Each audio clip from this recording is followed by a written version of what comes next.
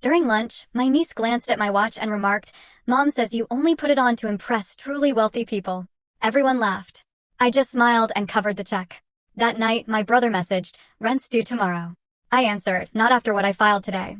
You ever have one of those moments where a child says something so innocent, so utterly devastating, it feels like the world just tilted on its axis? Like a punch wrapped in pink glitter? Because that's exactly what happened to me when my 8-year-old niece, Emma, pointed at my wrist and casually said, "Mom says you only wear that watch to impress real rich people." What the hell happened next? 1 second, I was halfway through a perfectly good steak. The next, the entire table, my brother, his wife, even my own parents, erupted in laughter. Like it was the funniest joke they'd ever heard. I smiled too, but it wasn't because it was funny.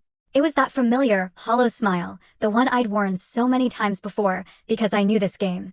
It always started with a little jab, dressed up as a joke. And every single time, I'd let it slide. Until now. My name's Jason. I'm 35, single, and apparently, a complete mystery to most of my family. I keep to myself. I show up when I'm invited. I'm not one to broadcast my life on social media. It's not that I'm secretive, I just don't see the point in putting my world out there for people who only want updates so they can compare it to their own. Growing up, I was the quiet one. My younger brother, Ryan, was the golden child. Charming, outgoing, always had a story. Everyone gravitated toward him. Teachers loved him. Girls loved him. My parents?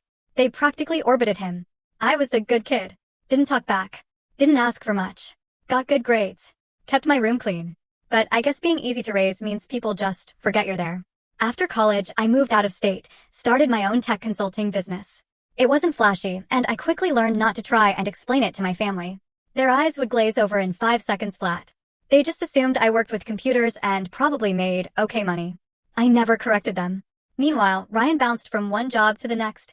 Bad manager, unfair hours, toxic environment, always an excuse. He finally landed at a mid-level accounting firm and married Ashley, a woman who could turn passive aggression into an Olympic sport.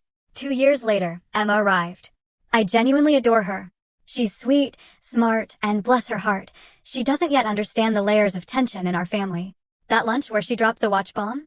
It was supposed to be a belated birthday celebration for me. Ryan picked the place, some trendy gastropub he loved to brag about, even though I was usually the one footing the bill. I showed up in a navy button-up, jeans, and yeah, a Rolex. A real one. Not to impress anyone, but because I liked how it felt on my wrist. I bought it for myself after landing a major client last year. It was a reward. A milestone. To my family, though, it was showing off. When Emma repeated her mom's words, I didn't flinch. Just smiled. Full story on the channel. Link below. Click now and watch what happened next.